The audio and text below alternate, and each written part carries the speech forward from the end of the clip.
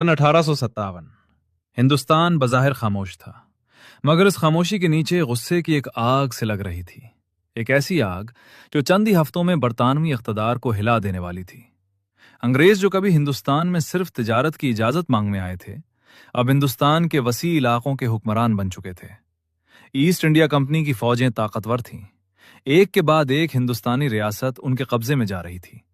किसी रियासत को जंग में शिकस्त देकर, किसी को मुआहदों के जरिए और किसी रियासत को यह कहकर हड़प कर लिया जाता कि उसके हुक्मरान का कोई जायज वारिस मौजूद नहीं।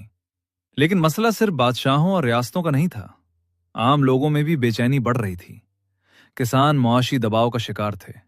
बहुत से मकामी हुक्मरान अपनी रियासतें खो चुके थे और ईस्ट इंडिया कंपनी की फौज में काम करने वाले हिंदुस्तानी सिपाहियों के अंदर भी नाराजगी बढ़ती जा रही थी। फिर एक ऐसी खबर फैली जिसने पहले से मूव्ड इस गुस्से को आग में बदल दिया। कारतूसों का तनाज़े। बरतानवी फौज में नई एनफील्ड राइफल मुतारिफ कराई गई। इसकी गोली के कारतूस को इस्तेमाल करने से पहले सिपाही को दांतों से इसका सिरा काटना पड़ता था।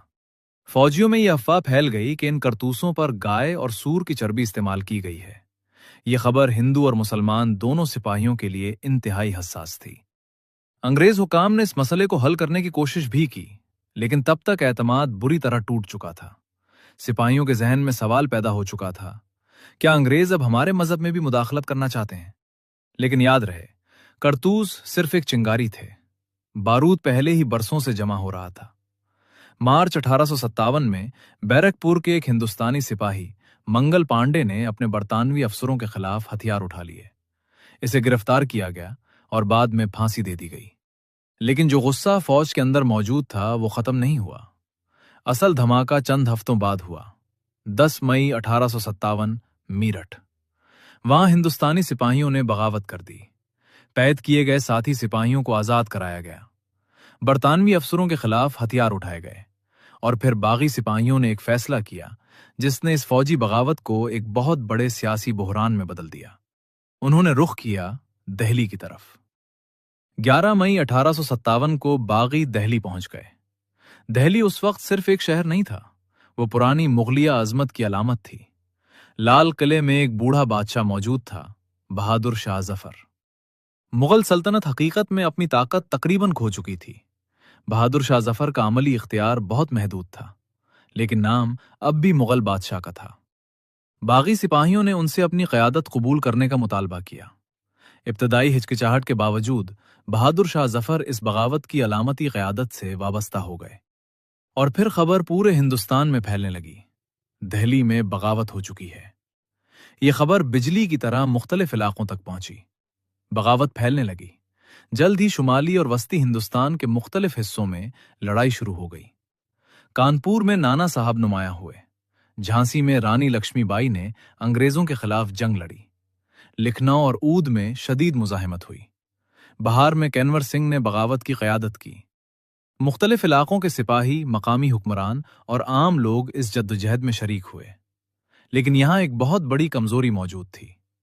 ये पूरे हिंदुस्तान में एक ही मरकजी क़यादत के तहत चलने वाली मुनज़्ज़म तहरीक नहीं थी। हर इलाके के अपने मसाइल थे, हर रहनुमा के अपने मकासद थे और हिंदुस्तान के कई इलाके और हुक्मरान बगावत में शामिल ही नहीं हुए। कुछ ने तो अंग्रेजों का साथ भी दिया। दूसरी तरफ बरतानवी फौज के पास बेहतर तंजीम, वसाइल, मवासिलाती निज़ाम और कुमक मौजूद थी। जंग अब बरतानवी हुकूमत समझ चुकी थी कि अगर दिल्ली बागियों के पास रही तो बगावत की अलामती ताकत बरकरार रहेगी। लिहाजा दिल्ली को दोबारा हासिल करना उनका सबसे बड़ा मकसद बन गया।